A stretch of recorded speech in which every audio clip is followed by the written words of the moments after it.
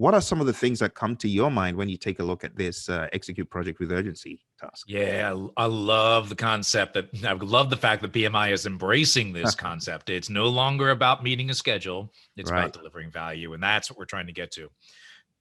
So the urgency that we're looking for here is simply that focusing on business value, focus on delivering things incrementally, get stuff out to your customers as quickly as possible, get that feedback, and perhaps get some incremental return.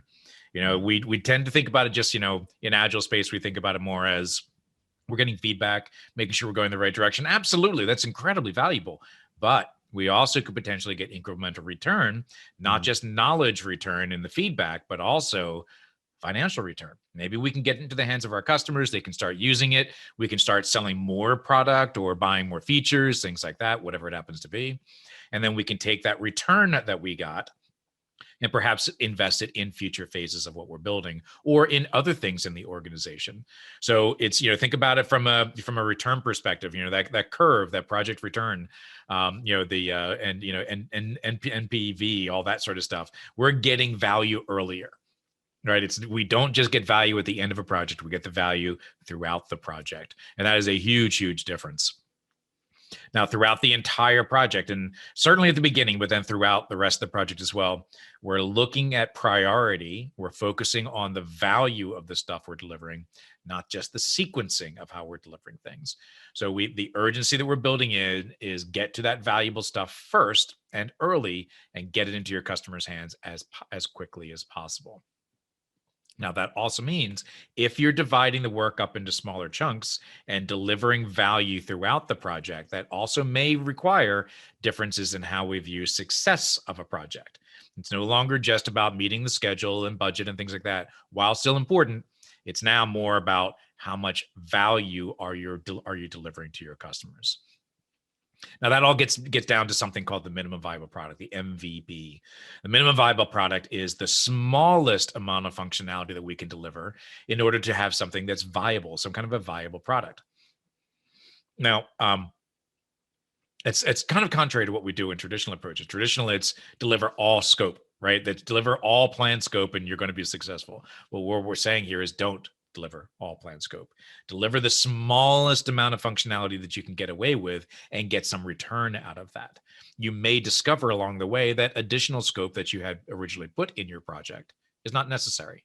Now you've just saved a whole bunch of time and money that you could potentially reinvest into other more important things for your organization. So give that consideration. MVP is a critical aspect of this process as well. Yes. Just keep that in mind. Just remember the viable part of MVP.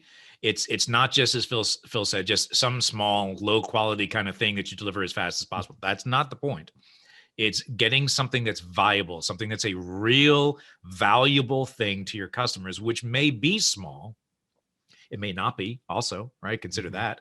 It's something that's small, that validates the product, gets us feedback, make sure that we're going the right direction. Let me give a real quick example of MVP. This is an example that comes directly out of a book. I think it was Lean Startup was the name of the book. The MVP in this example was there was a company that was starting up one of those home delivery, food service things like, Blue Apron or something like that. It wasn't them. It was some other service similar to them. And they had the option of either going out, building the website, building the supply chain, doing all these kinds of things and building it and launching it all together as a product launch. Well, they may have done all of that and spent millions of dollars getting there, only to discover that nobody wanted the product. That's how products fail, isn't it? So the concept of MVP that they used was to validate that this was a viable product. So what they did was that just the two co-founders of the company went out to someone's house every single day, asked them what they wanted for dinner, and then delivered it to them every day. Well, obviously that's not sustainable, right? That's not a product yet, but it validated that this was a product that someone would be willing to purchase. So they did not have a huge investment other than in their time. So consider that as well. MVP is a very flexible kind of thing. It's something that we can use to gain feedback. And some of that feedback can be, is this worth it or not? Give that some consideration. Back to you, Phil.